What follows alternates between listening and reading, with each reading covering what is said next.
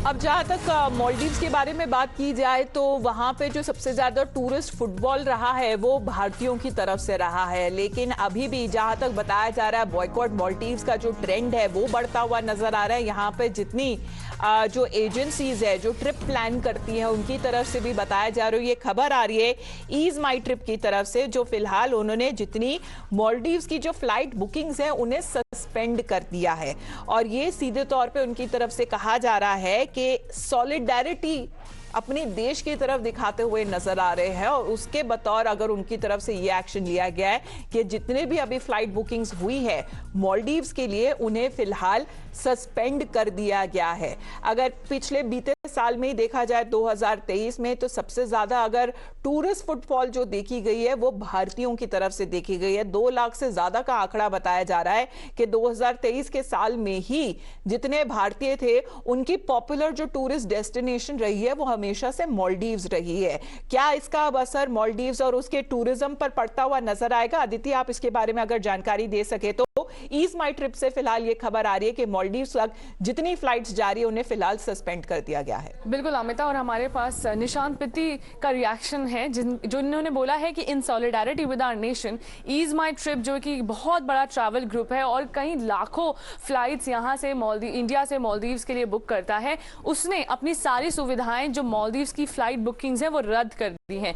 यहाँ पर ये जानकारी हमें मिल रही है और ये आप देख सकते हैं तब आया है जब मालदीव्स के कुछ नेताओं ने हमारे प्रधानमंत्री और हमारी भारत के बारे में बोला कि ये कंपीट नहीं कर सकता मालदीव्स से।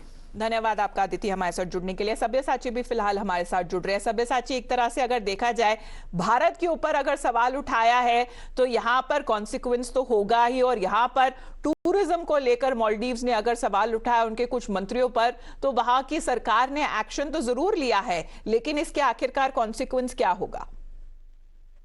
जी बिल्कुल, देखिए कहीं ना कहीं अगर कॉन्सिक्वेंसेस की बात करें तो सीधे तरीके से जो टूरिज्म है या फुटफॉल है मालदीव्स में, जिसमें अधिकतम जो फीसदी है वो भारतीय जाते हैं, कहीं ना कहीं उसमें काफी गिरावट दिखी जाएगी। और साथ ही इसके वजह से ही, क्योंकि ये बात मालदीव सरकार को पता थी, इसके कारण की वजह से ही तुरंत ही मालदीव सरकार ने एक्शन लेते हुए 3 जो उनके मंत्री थे जिन्होंने डेरोगेटरी कमेंट पास किया था, साथ ही उनको सस्पेंड कर दिया गया और उन्होंने अपने ट्विटर हैंडल पे ट्वीट भी डिलीट कर दिया। हालांकि जो डैमेज होना था वो हो चुका है।